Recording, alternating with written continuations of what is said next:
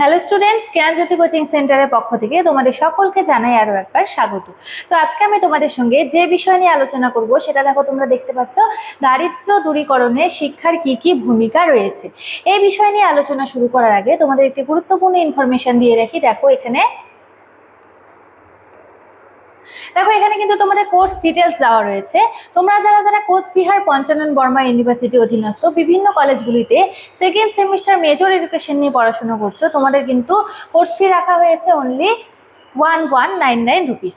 এর মাধ্যমে তোমরা কি পেয়ে যাচ্ছ? হাই কোয়ালিটি নোটস পেয়ে যাচ্ছ, লাইভ ক্লাসেস, রেকর্ডেড ক্লাসেস এবং কি পাচ্ছ 100% কমন সাজেশনস কিন্তু তোমরা পেয়ে যাচ্ছ। এরপরে দেখো, তোমরা যারা যারা মাইনর স্টুডেন্ট রয়েছো, মাইনর কোর্স নিয়ে পড়াশোনা করছো, তোমাদের কিন্তু কোর্স ফি রাখা হয়েছে অনলি 699 রুপিস। এর মাধ্যমে কিন্তু তোমরা যাবতীয় নোটসপত্র এবং 100% কমন সাজেশনস কিন্তু তোমরা পেয়ে যাচ্ছ। ঠিক আছে, তোমরা যারা যারা ভাবছো আমাদের সঙ্গে যুক্ত হবে, দেখো কর্নারে দুটো নাম্বার দেওয়া রয়েছে, 7076398606 এবং অপরটি হচ্ছে 6295916282। এই দুটি নাম্বারের মধ্যে যে কোনো একটি নাম্বারের সঙ্গে যোগাযোগ করে তোমরা কিন্তু আমাদের সঙ্গে যুক্ত হয়ে যেতে পারো। তো চলো দেরি না করে আলোচনায় ফিরে যাচ্ছি। দেখো, আমি প্রথমেই বললাম যে আজকে আমার আলোচনার বিষয় হচ্ছে দারিদ্র দূরীকরণে, ঠিক আছে, দারিদ্রতা দূরীকরণে শিক্ষা কি কি ভূমিকা রাখে সেই বিষয় নিয়ে। দেখো এখানে কি রয়েছে, যে নিম্নলিখিত উপায়ে কিন্তু সাহায্য করে দারিদ্র দূরীকরণে শিক্ষা, নিম্নলিখিত বিভিন্ন উপায়ে কিন্তু সাহায্য করে দারিদ্র দূরীকরণে। এরপরে কি রয়েছে এখানে, প্রথমে দেখো, বর্তমানে শিক্ষা অনেক ক্ষেত্রে কর্মসংস্থানে উপযোগী নয়। যুগোপযোগী কর্মসংস্থানের সঙ্গে মিল রেখে পাঠ্যক্রমে আমূল পরিবর্তন আনা দরকার। ঠিক আছে, অর্থাৎ বর্তমানে যে যুগ রয়েছে সেই যুগের সাথে তাল মিলিয়ে পাঠ্যক্রম যে ব্যবস্থা রয়েছে, পাঠ্যক্রমে কিন্তু নতুন নতুন বিষয় আনা দরকার, পাঠ্যক্রম কিন্তু চেঞ্জ করা দরকার, অর্থাৎ বর্তমান যুগের সঙ্গে তাল মিলিয়ে। ঠিক আছে, শিক্ষার মাধ্যমিক ও উচ্চ স্তরের বহুমুখী পাঠ্যক্রমে ডাইভার্সিফাইড কারিকুলাম ব্যবস্থা রাখতে হবে। ঠিক আছে, এক্ষেত্রে কি হবে, মানুষের মধ্যে শিক্ষার একটি আলো দেখা যাবে এবং কি হবে, শিক্ষার আলো যদি থাকে তাহলে তাদের মধ্যে দারিদ্রতা কিন্তু দূর হবে। এবং দেখো, দ্বিতীয় রয়েছে শিক্ষার বিভিন্ন স্তরে সাধারণ বিষয়বস্তু পাঠনের সঙ্গে সঙ্গে বৃত্তিমূলক পাঠ্যক্রম চর্চার সুযোগ রাখতে হবে।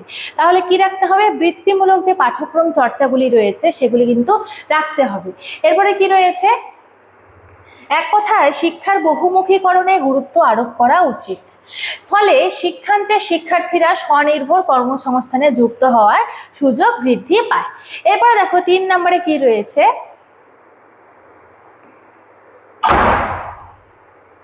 3 নম্বর দেখো, উচ্চশিক্ষায় কৃষিকার্যমূলক গবেষণার মান বৃদ্ধি করার মাধ্যমে কৃষি উৎপাদন যেমন বাড়বে, তেমন কৃষক শ্রেণী কম পরিশ্রমে ও কম ব্যয়ে আধুনিক বিজ্ঞানসম্মত কলা কৌশল ও যন্ত্র ব্যবহার করতে সক্ষম হবে।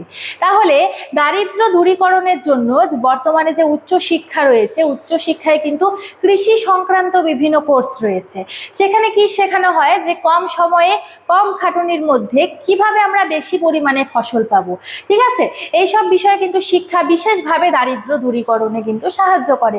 এরপরে দেখো কি রয়েছে, ভারতে দারিদ্রতার অন্যতম কারণ হলো নিরক্ষরতা, অর্থাৎ কি, যারা পড়াশোনা করেনি, নিরক্ষর, তাদেরকে কিন্তু বলা হয়েছে নিরক্ষরতা। একমাত্র শিক্ষার অধিকার আইনের সার্থক প্রয়োগের মাধ্যমে কিন্তু সকল শিশুকে শিক্ষার আঙিনায় নিয়ে আসা সম্ভব। অর্থাৎ শিক্ষার অধিকার আইন, এই যে আইনটি যে প্রস্তাবিত হয়েছিল, এই আইনের মাধ্যমে কিন্তু সকল শিক্ষার্থীদের, অর্থাৎ কি সকল মানুষকে, যেমন ধরো যারা এসটি এসসি ওবিসি তো না, এসটি এসসি রয়েছে এবং যারা পিছিয়ে পড়া সম্প্রদায় রয়েছে, তাদেরকেও কিন্তু শিক্ষার আওতার মধ্যে আনা হয়। ঠিক আছে, এবং কি বলেছে এখানে, শিক্ষা লিঙ্গ বৈষম্য, অর্থাৎ কি জেন্ডার ইনইকুয়ালিটি কমিয়ে নারী ক্ষমতায়নের এম্পাওয়ারমেন্ট ওপর গুরুত্ব দিতে হবে। তবেই সকলের মানব সম্পদের ব্যবহারের সুযোগ বাড়বে। এখানে কি বলেছে, লিঙ্গ বৈষম্য কিন্তু দূর করতে হবে। ছেলেরা সবকিছু পারবে, মেয়েরা পারবে না, এটা করলে কিন্তু চলবে না। কি করতে হবে, নারী পুরুষ উভয়ই সমস্ত কাজে হাত লাগাতে পারবে, এমন কিন্তু আমাদের মনোভাব রাখতে হবে যে নারীরাও সমস্ত কিছু পারে এবং তাদের মধ্যে যে বৈষম্য রয়েছে সেই বৈষম্যকে দূর করতে হবে। ঠিক আছে, এরপরে দেখো কি রয়েছে এখানে, শিক্ষার সমসুযোগের নীতি। ঠিক আছে, সমসুযোগের নীতি অবলম্বন ও তার সঠিক প্রয়োগ দরকার। অর্থাৎ শিক্ষায় যদি সমসুযোগ না থাকে তাহলে কি করে মানুষ পড়াশোনা করবে, কি করে সে এগিয়ে যাবে, কি করে তার দারিদ্রতা দূর হবে। তাহলে কি করতে হবে, সবার প্রথমে শিক্ষার সমসুযোগের নীতি অবলম্বন করতে হবে, তাহলে প্রত্যেকটা মানুষ কিন্তু শিক্ষার আওতার মধ্যে আসবে।